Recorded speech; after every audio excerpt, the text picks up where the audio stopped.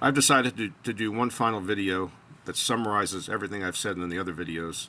And I know I'm going to tend to repeat myself. I have a tendency to repeat myself. I repeat myself in my book, and people have called me out on it. They've said, oh, you know, this book is only worth 4 stars instead of 5 because Rodelli repeats himself too much. Well, one of my backgrounds is in sales, and in the 1980s I studied sales under a person where I was working. And one of the tenets of sales that he told me is that you tell them what you tell them, and then you tell them what you told them. In other words, you repeat yourself for emphasis. And that's what I did in my book.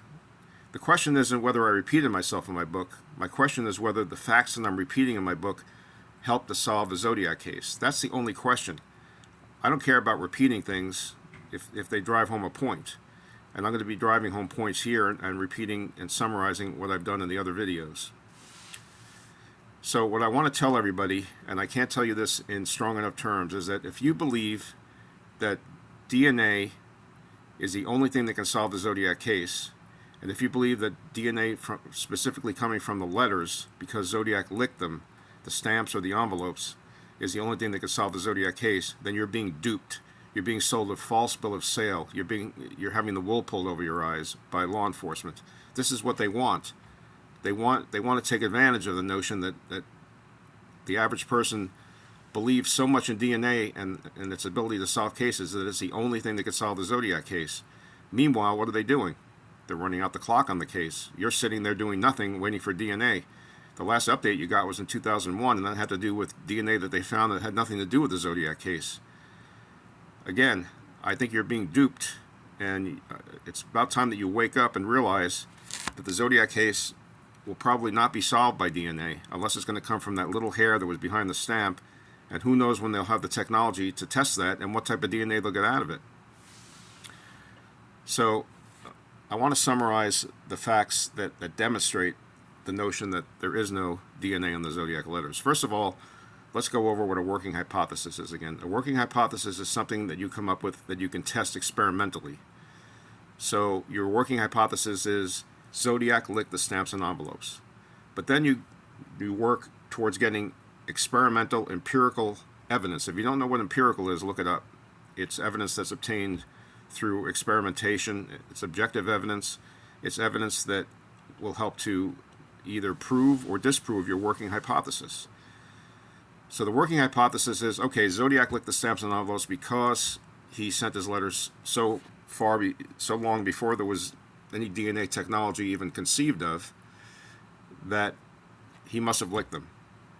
He had no reason not to lick them.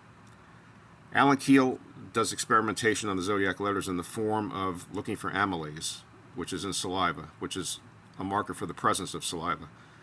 He expects to find a lot of it. He expects to find a lot of cells because when someone licks a stamp or envelope, they deposit tons of saliva and tons of DNA-bearing epithelial cells from the mouth. Lo and behold, he finds the opposite. He finds just background amounts of DNA, background amounts of saliva, of amylase, and background amounts of cells.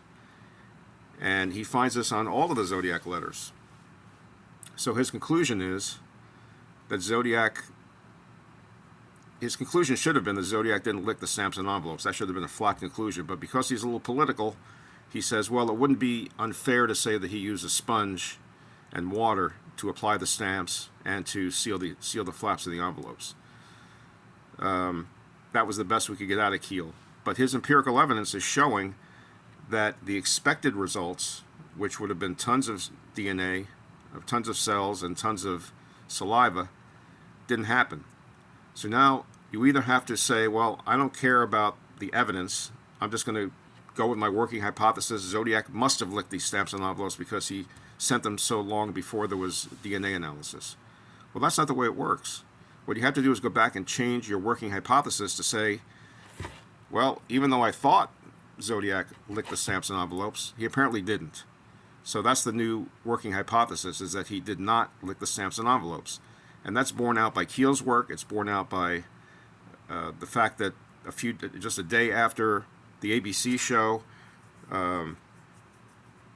Mike Maloney agreed with Lyndon Lafferty that the DNA was not valid that was used the day before to eliminate my suspect and 2 others.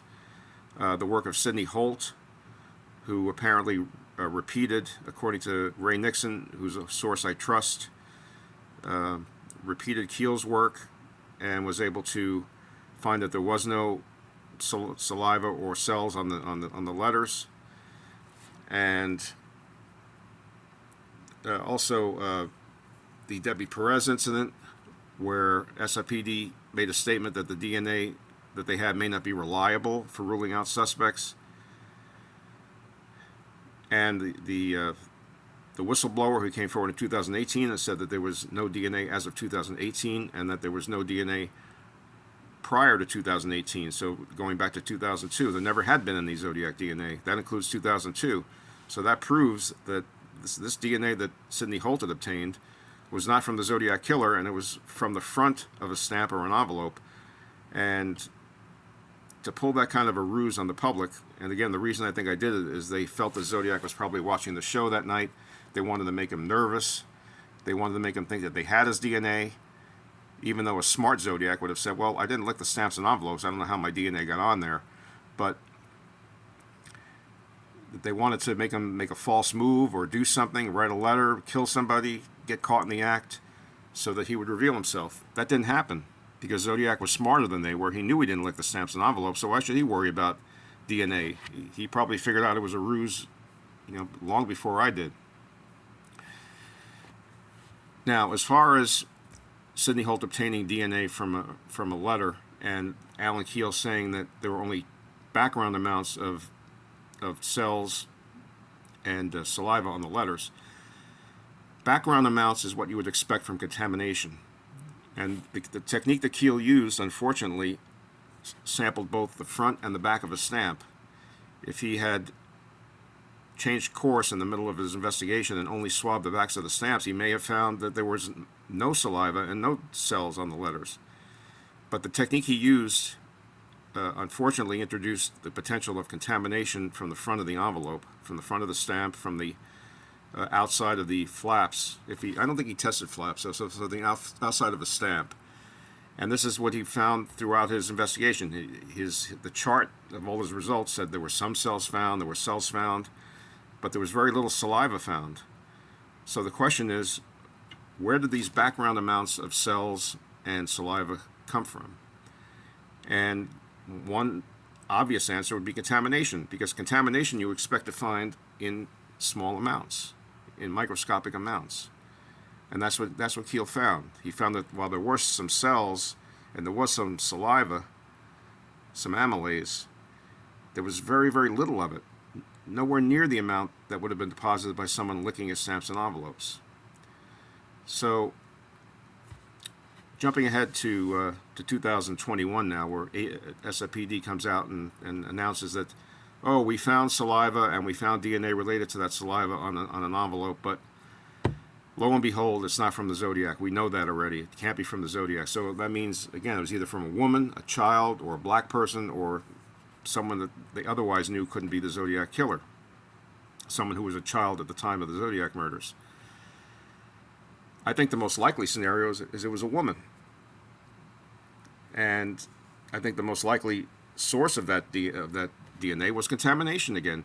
If they're looking for contamination from a woman, they need to look no farther than Sidney Holt, because she used terrible lab technique on the ABC show, which was pointed out to me by Edward Versluis from the Netherlands, who had worked in the DNA lab shortly before the 2002 show. She let her hair, long hair, she didn't tie it back, she let it hang down on the workbench.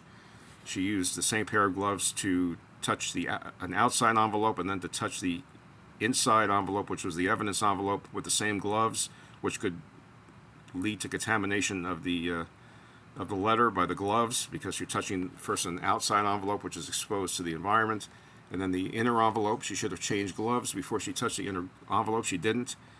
All these things can lead to contamination, and contamination with DNA can be very minute. So if they've had a source of female DNA that they got from a letter, I would look to Sidney Holt first before I look to anybody else or any other possible people. But even so, this DNA hasn't led anywhere. We don't want to know what kind of DNA they found from people who were not the Zodiac killer. We want to know what DNA they found that's from the Zodiac killer. And apparently there's none, and there's still none to this day as far as we know of. Of course, SFPD has not given us an update in 2 years, but that's because nothing's happening. I mean, you cannot have to use the most sensitive techniques ever developed, the most modern techniques ever developed in 2024 to test a letter for saliva and for cells if someone licked it. If they licked it, it would be overwhelmingly covered with cells and overwhelmingly covered with saliva and DNA. You can't half lick an envelope or stamp. You can't quarter lick it. You can't tenth lick it. You can't lick something and not put lots of cells and amylase on the thing you lick.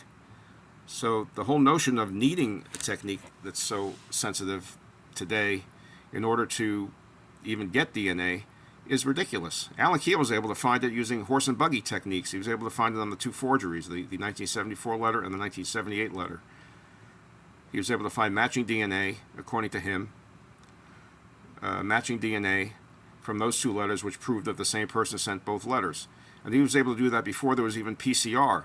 Once PCR, polymerase chain reaction, was introduced to the lab, Sidney Holt only needed a few cells to get a sample. She couldn't even find that. So now we're looking for techniques that are even more and more sensitive than PCR, and that test the limits of technology just to find what should be there in abundance. That's what the fallacy is, and that's why you're being duped. I can't emphasize this strongly enough. I think you have to wake up and realize that the case may have to be solved by circumstantial evidence and by a profile that points to who the Zodiac killer was. And that's, again, what I believe I provide in my book. And yes, I have a vested interest in the DNA not being valid, but despite that, everything I've cited to you is factual. I mean, if you have other facts that contradict what I'm saying, if you can tell me that Alan Kjell found tons of DNA on the Zodiac letters that we don't know about, let me know. But other than that, it seems that Zodiac did not lick his stamps and envelopes, and that's being proven again and again and again and again. And all you need to know is even what the whistleblower said in 2018. As of 2018, there was no Zodiac DNA, and there never had been any. And that tells you what SFPD was up to in 2002 when they tried to dupe the public into thinking that they had Zodiac's DNA. So anyway, that's about it, and I hope that all these videos have helped clarify the issues with DNA and led to a new understanding by you of what's at stake and what kind of game is being played here by the police.